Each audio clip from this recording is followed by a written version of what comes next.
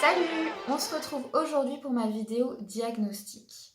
Donc pour rappel, mercredi 19 janvier 2022, mon médecin m'appelle pour m'annoncer que suite à la biopsie de ganglions anormalement gonflés, ils ont trouvé des cellules cancéreuses. Elle me fixe un premier rendez-vous de prise en charge avec le CGFL à Dijon, le lundi 24 janvier. Donc on a quand même 4 jours de latence, pas forcément les plus simples. Vous imaginez bien que quand on vous dit cancer, on pense mort. Et toutes les questions qui en découlent, vais-je mourir? Combien de temps il me reste? Bref, pas les journées les plus simples de ma vie. Mais heureusement, le premier rendez-vous au centre arrive et ça amorce le début des investigations pour avoir vraiment un diagnostic clair et lancer le combat. La première personne que je rencontre, c'est ma chirurgienne. On fait le point sur ce qu'on sait. Cellules cancéreuses qui seraient d'origine mammaire. Donc le premier objectif fixé pour la semaine à venir, c'est d'établir un diagnostic. Donc elle me programme une batterie d'examens pour aller vite. Les premiers examens que je passe, c'est échographie, mammographie. Pour rappel, en décembre, j'en avais passé. On n'avait rien trouvé, puis on avait fait une biopsie et c'est là où, petite alarme sur les résultats. Donc cette fois-ci, on sait qu'il y a quelque chose à trouver. En tout cas, il trouve un nodule à l'arrière de mon sein. On fait des biopsies et ça part en analyse. Ce qui est bien, c'est qu'on est dans un centre spécialisé qui ont tous leurs labos sur place. Donc, ça va beaucoup plus vite. On a des résultats rapidement, on identifie quel cancer du sein j'ai, parce qu'il existe plusieurs types de cancer du sein. Le mien, c'est un cancer du sein triple négatif, à savoir qu'il touche en particulier les femmes de moins de 40 ans. On parle de triple négatif parce qu'il a 3 récepteurs en moins, notamment 2 hormonaux, donc de ce fait, on avait déjà éliminé d'office le traitement par hormonothérapie. Le cancer du sein triple négatif, il est souvent diagnostiqué tardivement parce que c'est un cancer agressif et qui va assez vite. Donc souvent, on découvre même des métastases dans les régions voisines, les organes type poumon et foie. C'est pourquoi directement, on m'envoie faire un TEP scan. Le TEP scan ou PET scan, c'est une tomographie à émission de position. J'ai retenu. Comment ça se passe? Je vous avoue que c'était assez impressionnant quand on m'a expliqué la chose. En fait, on vous injecte un produit faiblement radioactif, du glucose marqué. Donc pendant 45 minutes au repos immobile, je vais vous expliquer après pourquoi. Ce produit, donc ce glucose marqué, il va aller se fixer sur les tissus cancéreux. Pourquoi? Parce que ces tissus malades ont besoin d'énergie, ont besoin de plus de glucose que les cellules saines. Donc au niveau du scanner, on verra des zones qui s'illumineront. Ce sera les zones malades. C'est pour ça que ça permet de voir où ça en est et à quel stade notamment. Pourquoi le repos? Tout simplement parce que si je fais une petite séance de sport et que je m'agite et que mes muscles, mon corps, mes cellules ont besoin de beaucoup d'énergie, ils vont se servir en glucose et en glucose marqué notamment. Et donc l'idée, c'est vraiment pas que tout le corps s'illumine. Encore une fois, je reçois les résultats assez rapidement. C'est ma chirurgienne qui m'appelle et qui m'apporte, alors ce que j'appelle, moi, de mon point de vue, des bonnes nouvelles, malgré tout ce contexte. Elle me dit que j'ai un cancer du sein. Seulement le nodule là ressort et la région annexe des ganglions. Voilà, rien d'autre n'est touché. On parle de stade 3.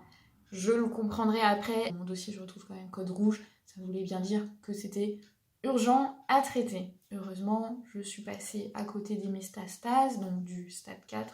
Donc j'ai eu beaucoup de chance. À partir de ce moment-là, elle me dit en plus que au niveau de la chirurgie, vu le déploiement de la maladie, on pourra, a priori, faire une chirurgie légère. Parce que moi, j'ai débarqué là-dedans, on m'a parlé de cancer du sein. Les premiers jours, j'étais là, non mais allez-y, on enlève tout, au moins, c'est réglé, on n'en parle plus. Bon, dans les faits, ça n'aurait pas été si simple. Donc, on a enfin un diagnostic. Je rencontre mon oncologue. Le film passe super bien. Bon, elle m'annonce pas des choses top top, hein. Elle confirme qu'on va passer par de la chimiothérapie, que mes cheveux vont tomber. Elle me confirme qu'il y aura ensuite opération. Elle me met en arrêt maladie. Elle m'explique que ça va être nécessaire.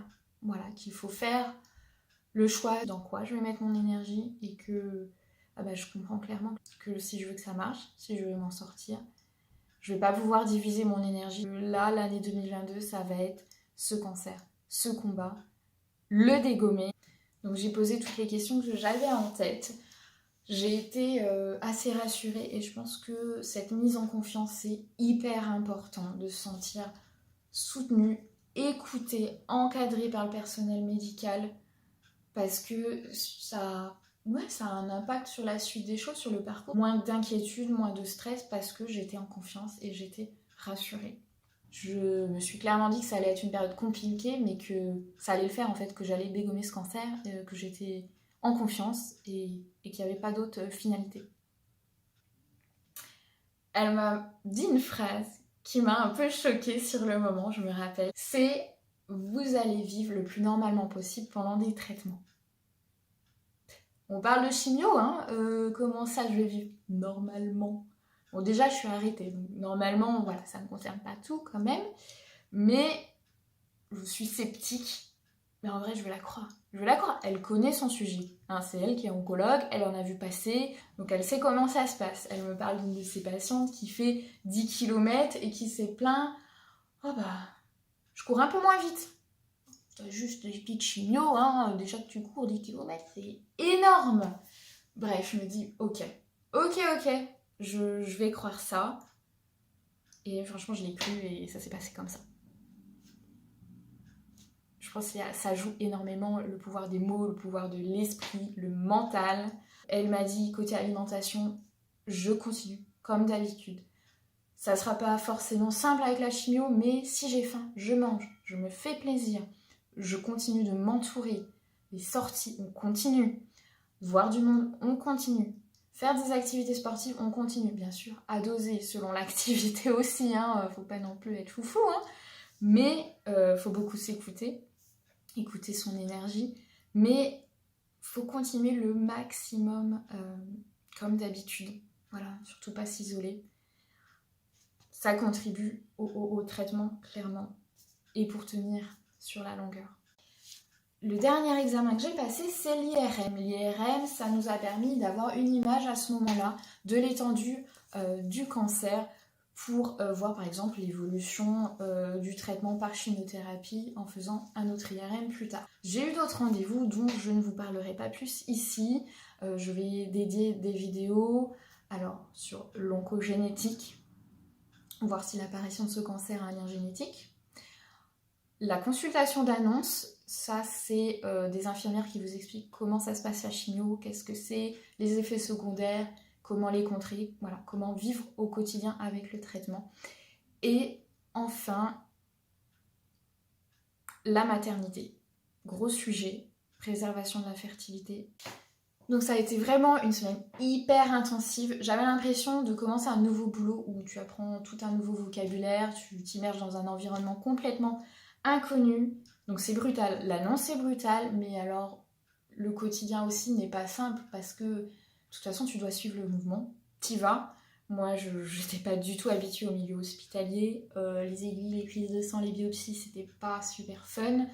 Le fait est aussi que aujourd'hui ça me fait moins de choses, hein, mais je ne sais pas combien de personnes ont vu ma poitrine, hein, moi qui étais peut-être un peu plus pudique de base. Voilà, les premiers jours c'est pas simple. Là maintenant on sait à qui on a affaire. On sait à qui on a affaire et on sait quoi faire pour qu'il dégage, qu'il fasse ses petites valises, hein, et qu'il ne revienne pas. Donc à partir de ce moment-là, en étant rassurée, en étant bien entourée, alors je sais pas ce qui s'est passé dans ma tête, hein, mais je me suis dit, ça va pas être une période simple, c'est compliqué, je vais en chier, hein, autant le dire, mais il y aura un après. Je vais le dégommer, il va faire ses valises, il va partir, il n'y a pas d'autre choix en fait, il n'y a pas d'autre finalité. Et ce qui est cool, c'est que je vous en parle aujourd'hui. Il est parti. Trop bien. Je vous laisse sur ça, sur ces bonnes ondes. Et à bientôt pour une prochaine vidéo. Salut!